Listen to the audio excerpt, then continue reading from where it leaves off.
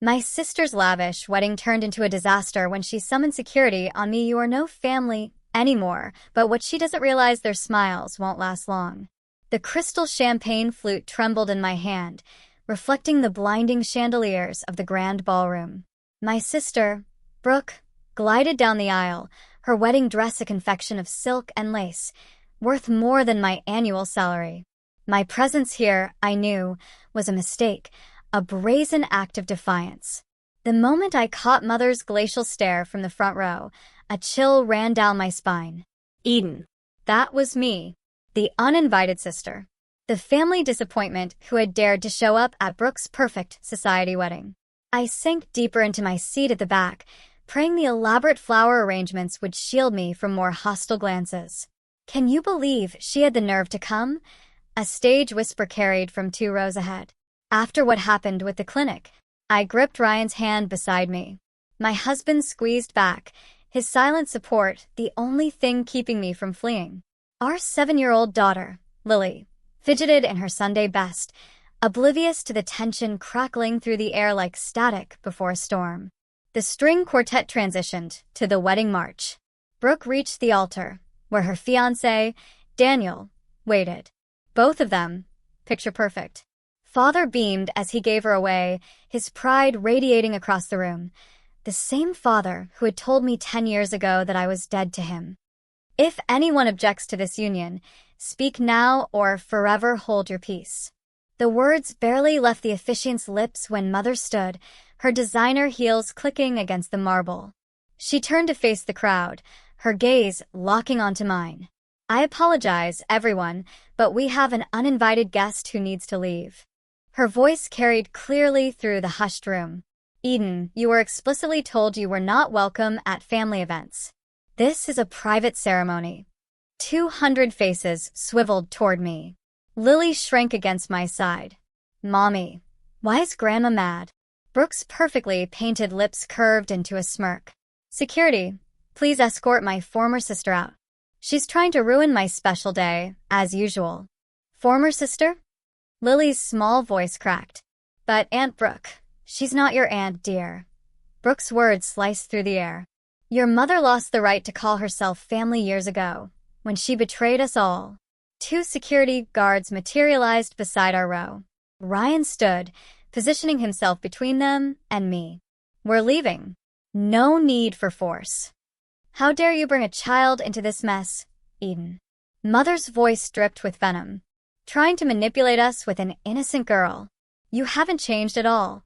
My cheeks burned as we shuffled past bewildered guests. Lily's hand trembled in mine. The whispers followed us like poison darts. Always was the troubled one. Such a shame what she did to her poor parents.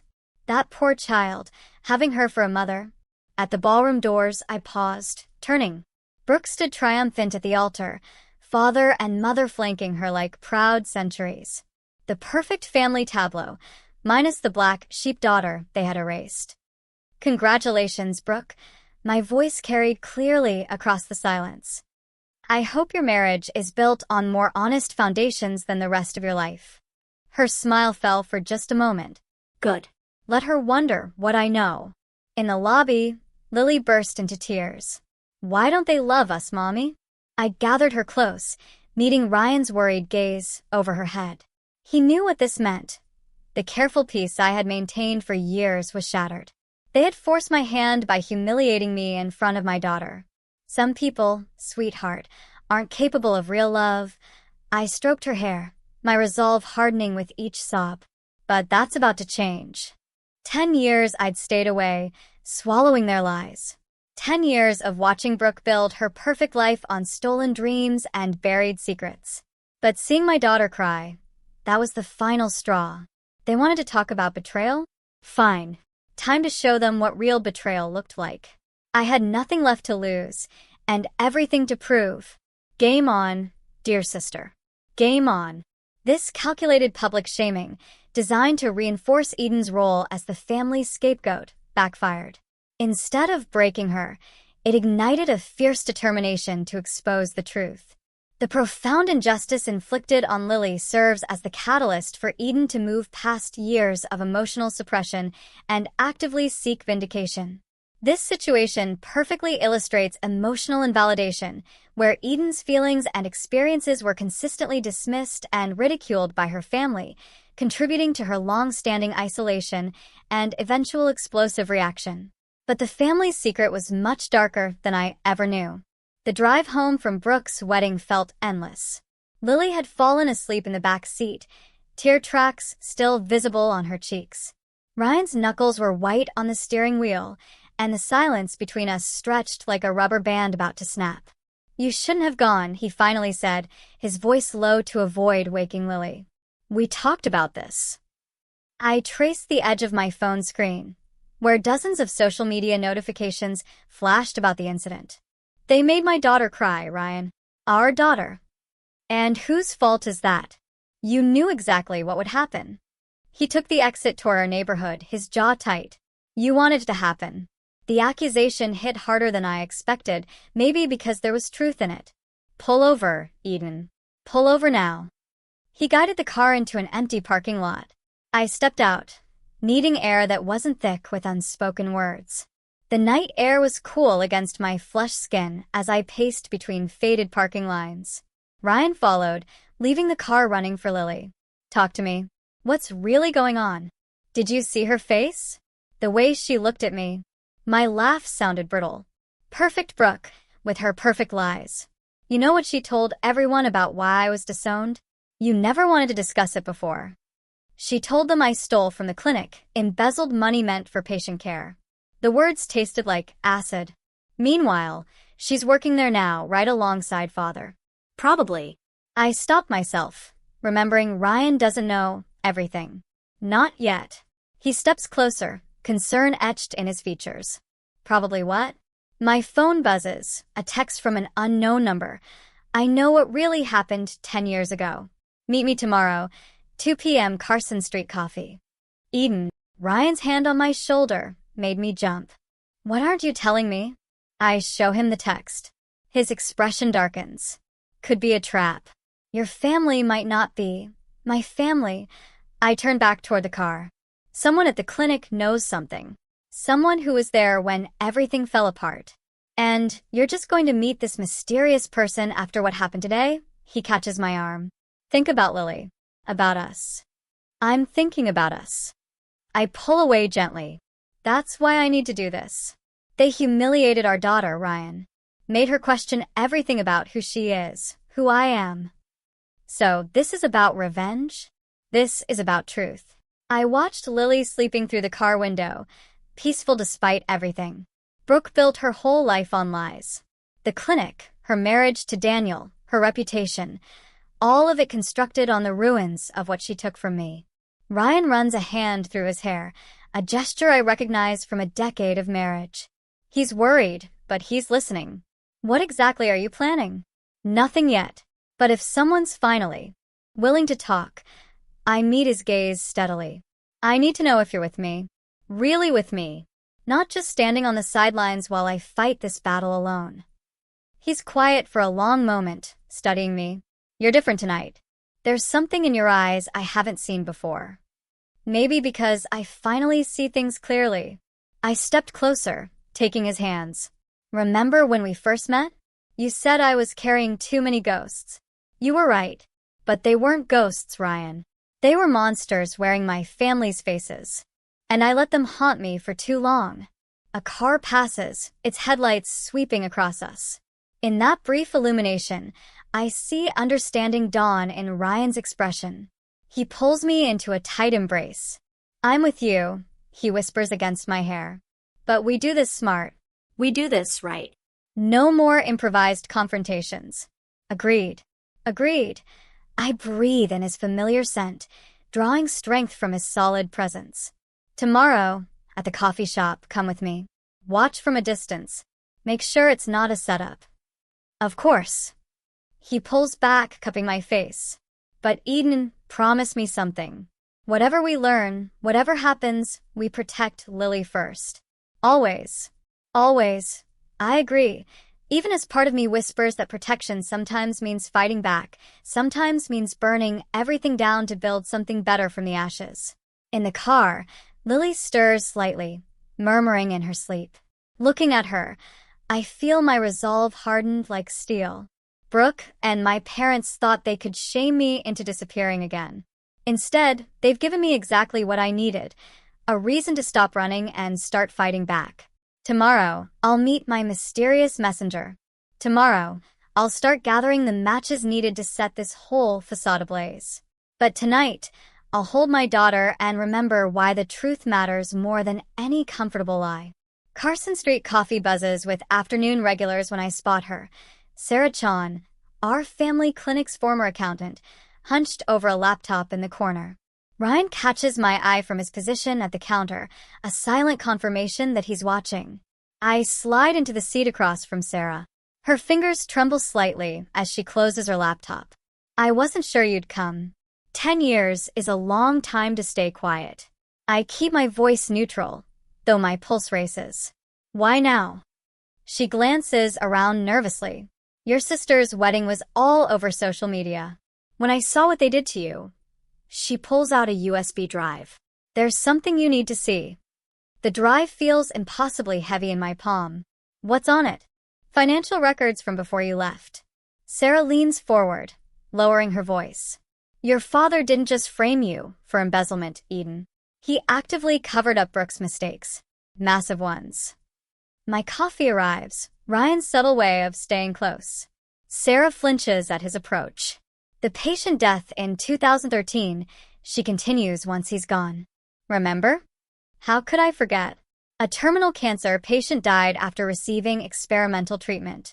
The investigation cleared the clinic, but what about it? Brooke administered the wrong dosage.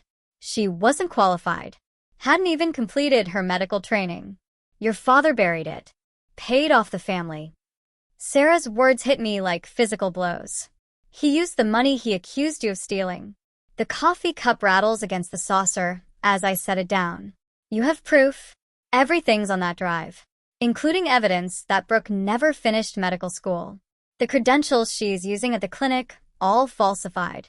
My throat tightens. Why didn't you come forward back then? Your father threatened my family. My daughter was sick. I needed the insurance. Shame colors her face, but her eyes hold a new resolve. But she's grown now. And I saw what happened at the wedding. The way they're still hurting you.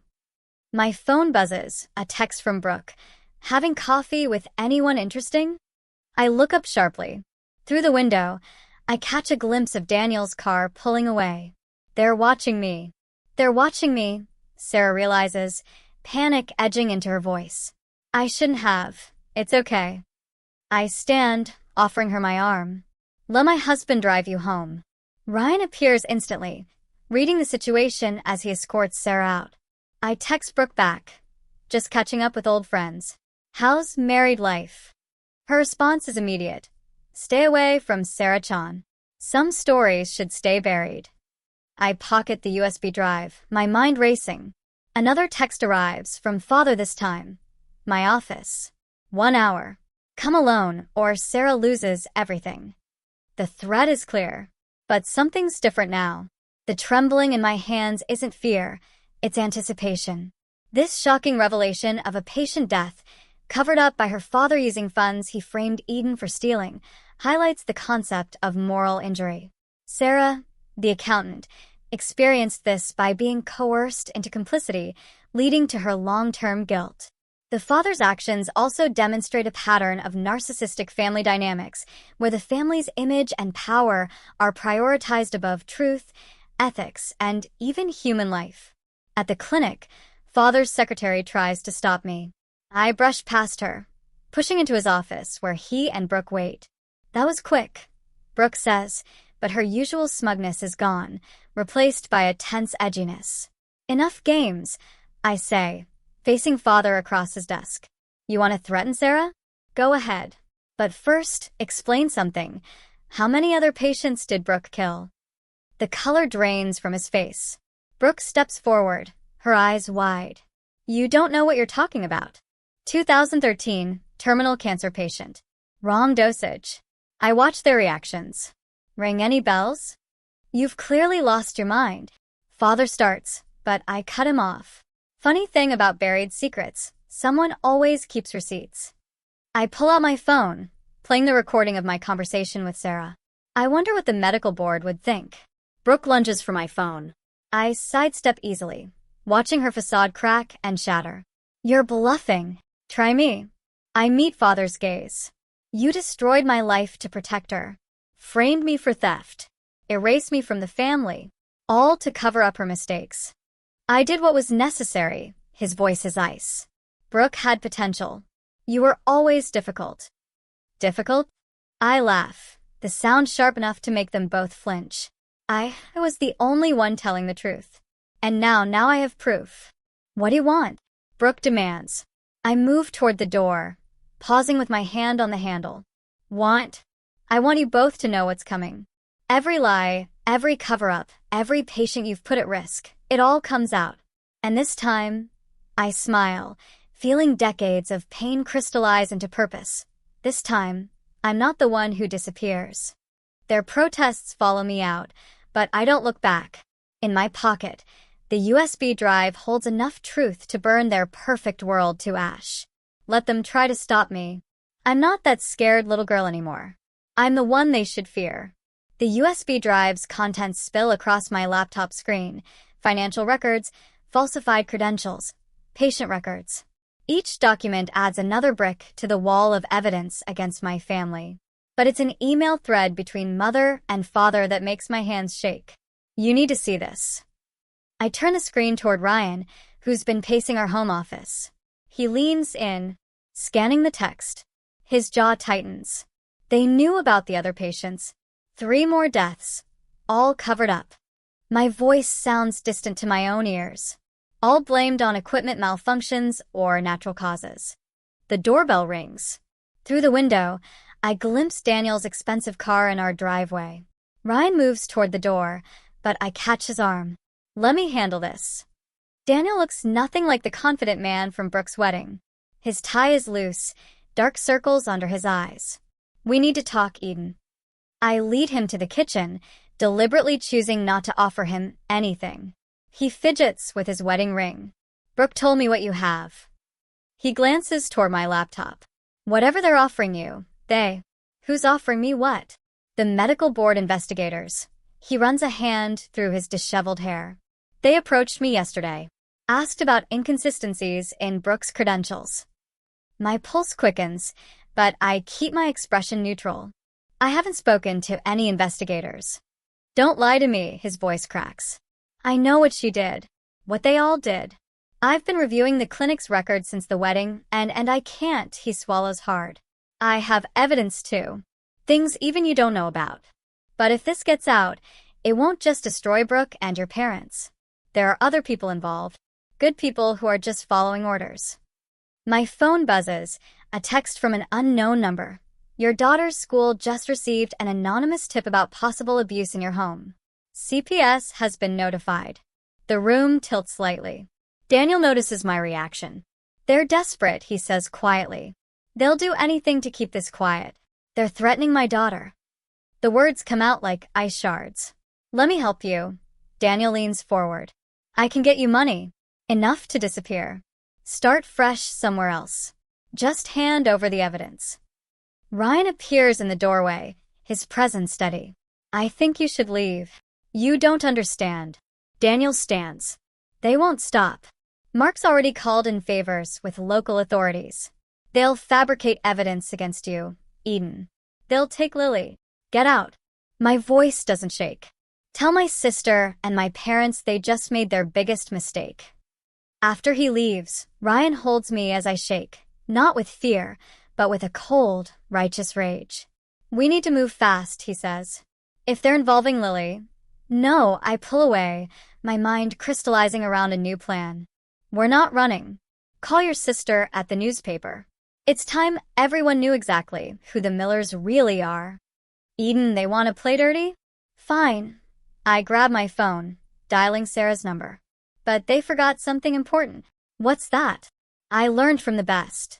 I meet his worried gaze. They taught me how to destroy someone's life. Now, they get to see how well I paid attention. Sarah answers on the first ring. Eden, they're here. Police with a warrant. Upload everything now. Every file, every record, every piece of evidence. Send it to the email I gave you, but trust me. I hang up, turning to Ryan. Call the school. Get Lily. Then call every reporter your sister knows. In an hour, the Miller family clinic is going to become breaking news. This is it then. Ryan studies my face. No turning back. I think of Lily, innocent and precious, now a target in their desperate game. Of Sarah probably being arrested right now. Of every patient who died because of Brooke's lies and my parents' cover-ups. They chose this path. I start typing, preparing the email that will detonate my family's carefully constructed world. I'm just making sure they walk it all the way to the end. As I hit send, watching hundreds of damning documents wing their way to dozens of news outlets, I feel something shift inside me. The scared daughter seeking approval dies. In her place, rises someone stronger, someone forged in betrayal and tempered by righteous fury. Let them come for me. I'm ready. The headlines exploded across every local news outlet by morning. Miller family clinic under investigation. Multiple deaths linked to fraudulent doctor. Prominent family faces criminal charges. I watched the clinic's parking lot from my car, counting the reporters swarming like hungry sharks. Mother emerged first, perfectly composed, until camera flashes blind her. She stumbles, her mask slipping for just a moment. My phone hasn't stopped buzzing. Missed calls from unknown numbers, text messages ranging from threats to desperate pleas. I ignore them all, waiting. Finally, Brooke appears, Daniel trailing behind her. Even from this distance, I can see she's been crying. Good. A tap on my window makes me jump. Ryan stands outside, expression grim. I roll down the window. The medical board just arrived, he says. And Eden, Sarah's dead. The world stops. What? Car accident last night. They're calling it a suicide. My hands grip the steering wheel until my knuckles turn white. When? Right after the police left her house. Ryan's voice drops. Eden, there's more. The evidence she uploaded, most of it corrupted. They got to the server somehow. A bitter laugh escapes me. Of course they did. We should go home. This isn't safe. Mrs. Miller, a reporter spots me, and suddenly they're all running toward my car. I start the engine, but not before catching Brooke's expression as she realizes I'm here. For a moment, our eyes meet across the parking lot. She mouths something, not a threat or a plea, just 2 words. I'm sorry. The drive home is silent. Ryan keeps glancing at me, waiting for the breakdown that won't come. Sarah's death should devastate me, should make me question everything.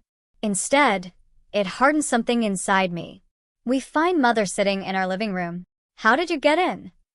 Ryan demands, moving protectively in front of me. I raised her.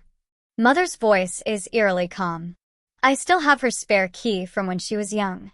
Get out, I say, but she raises her hand, revealing a familiar USB drive. Looking for this? She sets it on the coffee table. Your father says hello, by the way. He's meeting with the board right now, explaining how his troubled daughter fabricated evidence to destroy her sister out of jealousy. Sarah's dead. Yes, she doesn't even flinch. Tragic. Depression is a terrible thing. You killed her. Prove it. She stands, smoothing her expensive skirt. Like you'll need to prove all your other accusations now that the evidence is gone. Your father's lawyers are very good at their jobs. Ryan steps forward, but I catch his arm. Let her talk. We're willing to be generous, Eden. Mother's smile doesn't reach her eyes. Leave town. Take your family somewhere far away. We'll provide enough money to start fresh. Or stay and watch everything you love burn. She moves toward the door. Lily's such a sweet child. It would be awful if Child Protective Services found evidence of abuse. Or if Ryan's newspaper suddenly discovered financial irregularities in his records. You're threatening a child. Ryan's voice shakes with rage. Your own granddaughter. I'm protecting my family, Mother pauses at the door. You have 24 hours to decide. Choose wisely. After she leaves, Ryan holds me as I shake, not with fear or grief, but with a cold fury that threatens to consume me. We can't let them win, he whispers. We won't. I pull away, moving to my laptop. Sarah may be gone, but she wasn't the only one with evidence. Eden, they killed her, Ryan. They'll destroy us if we run. My fingers fly across the keyboard, accessing encrypted files I've been gathering for weeks. But they forgot something important about cornered animals. What's that? I turn the screen toward him, showing dozens of audio recordings, surveillance photos, and backed-up documents. A parallel investigation I've been running alongside Sarah's. They fight hardest when they have nothing left to lose. I start composing emails to every major news outlet in the country. Mother wants to play games with my daughter's safety? Fine. Let's see how she likes it when the whole world knows exactly what kind of monster she really is. This could backfire spectacularly, Ryan warns. Probably. I hit send, watching the emails disappear into cyberspace. But I'm done playing by their rules. The first national news alert pings on my phone minutes later. The war has begun. And this time, I'm not fighting to expose the truth. I'm fighting to destroy them completely. The murder of Sarah and the escalation of threats against Lily by Eden's parents demonstrate the severe psychological concept of escalation of commitment and narcissistic rage. Faced with exposure and loss of control, the parents resort to increasingly desperate and criminal acts, unwilling to concede. This, combined with their capacity for manipulation and lack of empathy, points towards a highly malignant, even sociopathic, family dynamic, where personal reputation and power are valued above all else, even family well-being or human life. The police arrived at 3 a.m. I watched from our bedroom window as they led Ryan away in handcuffs. Accusations echoing in the quiet street. Fraud, embezzlement, conspiracy. All fabricated. All perfectly crafted to destroy him. Lily sleeps through it. Thank God. I stand in her doorway afterward, watching her peaceful breathing, knowing I caused this. My phone vibrates. Father's number. Satisfied. His voice carries decades of practiced authority. This is just the beginning, Eden. Walk away now, or tomorrow it's your daughter's school calling with concerns about her home life. I end the call without speaking. My hands shake as I pack Lily's overnight bag, clothes, her favorite stuffed animal, the photo album she loves. Ryan's sister, Claire, arrives within the hour. It's just for a few days. I tell Lily when she wakes, confused and frightened. Like a vacation with Aunt Claire. But what about Daddy? What about you? I hold her tight, breathing in her familiar scent. We'll fix everything, I promise. After they leave, the house feels like a tomb. I pour myself a drink, but before I can take a sip, someone pounds on the front door. Brooke. Mascara streaked down her face. They're going to kill you. What? She pushes past me, frantically checking windows and doors. I heard them talking. Father hired someone. They're making it look like a break-in gone wrong. Why are you telling me this? Because Sarah was my friend too. Her voice cracks. And I can't have another death on my conscience. I study my sister, really look at her for the first time in years. The perfect facade is crumbled, revealing someone as broken as I am. Daniel left me, she continues. The medical board revoked my license. Everything's falling apart. And they don't even care. They're just worried about protecting themselves, like they always have been. She grabs my arm. You need to run now. Take what you can and... Headlights sweep across the windows. Brooke freezes. They're here. Get out the back. I tell her, already moving toward my laptop. I need 2 minutes. Eden, go. As she slips away, I quickly upload everything I have to multiple secure servers. The front door splinters under heavy boots just as I hit send. 2 men enter, faces obscured, professional, clinical. I recognize the look, the same cold efficiency Father always praised in his business dealings. Mrs. Collins, the taller one, approaches slowly. This can be easy or hard. Your choice. I buy away, buying seconds as the files upload. My father sent his regards. The Millers send their condolences about your tragic accident. A noise from the kitchen makes them turn. Brooke stands there, phone raised. I'm live streaming everything. The men hesitate. In that moment, I lunge for the front door, but the shorter one catches me. Pain explodes across my face as he strikes me. Through blurred vision, I see Brooke tackle him. Run. I stumble into the street, blood in my mouth, ears ringing. Behind me, glass shatters, a scream, Brooke's or mine. I'm not sure. Neighbors' lights flick on. A car starts somewhere. The men emerge from my house, walking unhurried to their vehicle, professional to the end. I find Brooke, unconscious in my kitchen, her phone crushed nearby. But she's breathing.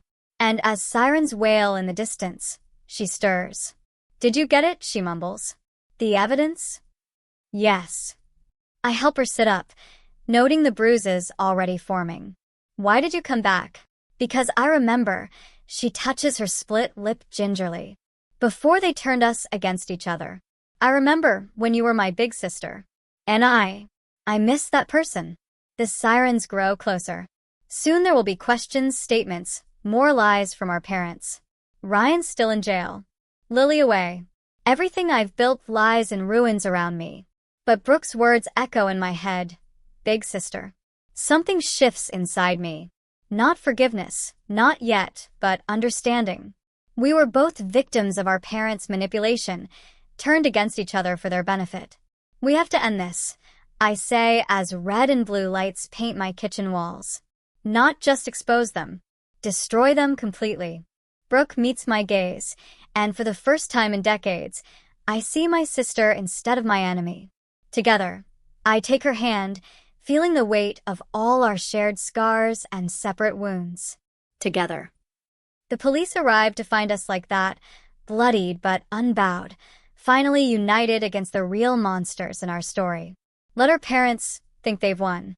Their perfect family fantasy is about to become their worst nightmare. The Miller Family Clinic's annual charity gala became our battlefield. Brooke and I moved through the crowd separately, watching our parents work the room like nothing was wrong, like they didn't try to have me killed last week. Mrs. Collins, a board member, catches my arm. Surprised to see you here, given the circumstances. I smile, channeling Mother's perfect social mask. I wouldn't miss it. Across the room, Father takes the podium. Welcome, everyone. Tonight, we celebrate 30 years of serving our community. Brooke signals from near the AV booth. Everything's ready. I check my phone. Ryan's lawyer confirms the charges are dropped, the real evidence of financial manipulation traced back to Father's accounts.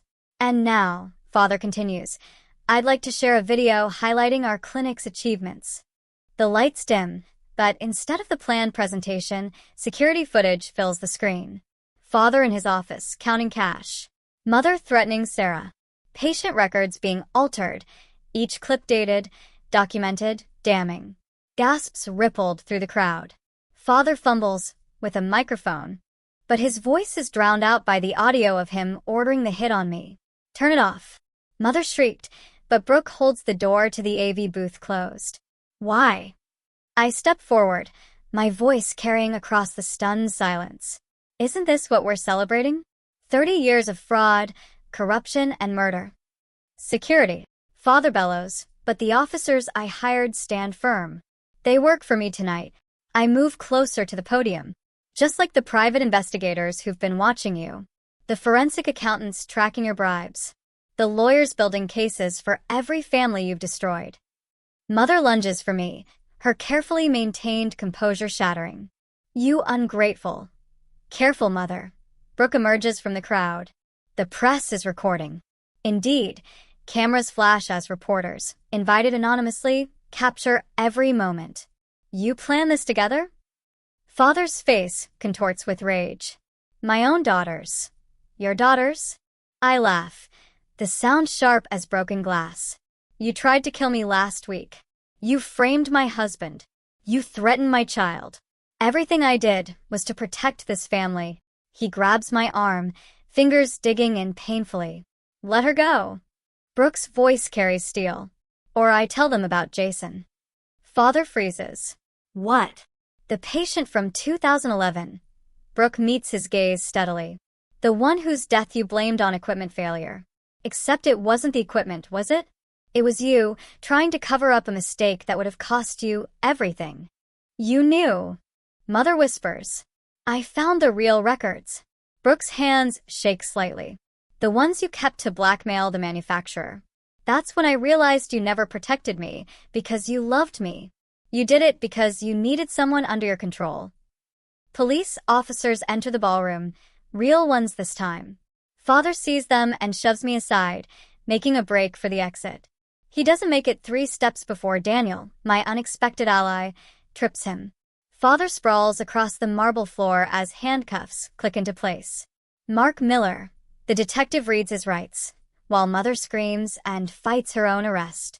You're charged with conspiracy to commit murder, fraud. The list continues, but I'm not listening. I'm watching my parents' perfect world crumble, their masks finally shattered beyond repair. Brooke touches my arm. You okay? No. I watch Mother being led away, still shrieking about ungrateful children. But I will be. Eden. Father calls out as they reach the door. You'll regret this. Everything we built was built on lies. I meet his eyes one last time. Goodbye, Father. Later, as reporters swarm and police gather evidence, Brooke and I sit in the empty ballroom. What happens now? She asks. Ryan comes home. The clinic gets new management. Our parents face justice. I study my sister's profile, seeing both the girl she was and the woman she's becoming. And we learn who we are without their shadows over us. Together? Together. I take her hand, feeling decades of manipulation and rivalry dissolve. But first, I need to go home. To my daughter. We walk out of the clinic for the last time, leaving behind the wreckage of our parents' empire. Their perfect family fantasy lies in ruins. But something real and honest might grow from the ashes. Sometimes, revenge isn't about destroying everything. Sometimes, it's about clearing the ground so truth can finally take root. The courtroom empties slowly after the verdict. 25 years for father, 18 for mother. Justice, served in cold, precise numbers. I remain seated, watching them being led away, neither looking back at the daughters they had destroyed and rebuilt. Brooke touches my shoulder. Ready? Almost. I gather my things, my fingers brushing the locket Mother always wore, now evidence of her crimes, the hidden compartment containing proof of bribes and threats. Outside, reporters wait with hungry cameras. Ryan shields Lily from their questions while Daniel handles the press statement. Lily's small hand finds mine, anchoring me to what matters most. Aunt Brooke says we're moving to the clinic house, Lily says as we walk to the car. The big one, with the garden. Yes, I exchange glances with my sister. The irony doesn't escape us. The family estate, purchased with tainted money, now transformed into a recovery center for victims of medical malpractice. But first, there's somewhere we need to go. We drive to Sarah's grave, where fresh flowers already rest against the headstone. A note from her daughter reads, Justice for Mom. I keep thinking, Brooke says quietly, about all the moments we could have chosen differently. All the times we could have helped each other instead of becoming their weapons. I finish. She nods. Lily places her own flower, a dandelion picked from a crack in the sidewalk. Simple. Pure. Everything our childhood wasn't. Back home, I find Ryan in our study, reviewing patient files from the clinic. The board approved the restructuring, he says. We can start accepting new cases next month. And the trust fund set up for the victims' families. He pulls me close. You did it, Eden. You broke the cycle. But victory tastes different than I imagined.